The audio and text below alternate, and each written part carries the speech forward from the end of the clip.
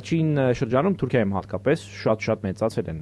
անկախ, ազատ, ընդդիմադիր լրագրողների հանդեպ բռնությունները։ Դրանցից մեկը, որ տեղի ունեցավ համատաբար վերջերս ամռանը, ամենահայտնի YouTube-յան լրագրողներից մեկն է Ֆաթիհ Ալթայլը, շատ հայտնի լրագրողը, միլիոնավոր դիտումներ ունի եւ այլն, ու քանի որ ինքը ուրեմն մեծ հեղինակություն է սկսել հավաքել, ուրեմն իշխանությունների հանդեպ բռնաճնշում կիրառեցին։ Հիմա ասեմ,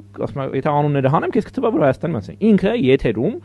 Էրդողանի կողմից կառավարման համակարգի ոնց որ մոդելի համար, այսինքն Էրդողանը ինչպիսի կառավարման մոդել է կիրառում, դրա համար օգտագործում է մի հատ թուրքերեն ասացվածք։ Ասում այ ոնց որ էս լինի։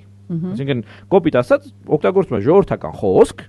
ասում այ այդ ժողովրդական խոսքի իմաստությունը կիրառելի է Էրդողանի համար։ Այսինքն ուղիղ չի էլ ասում ինչ որ վիրավորական բան չի։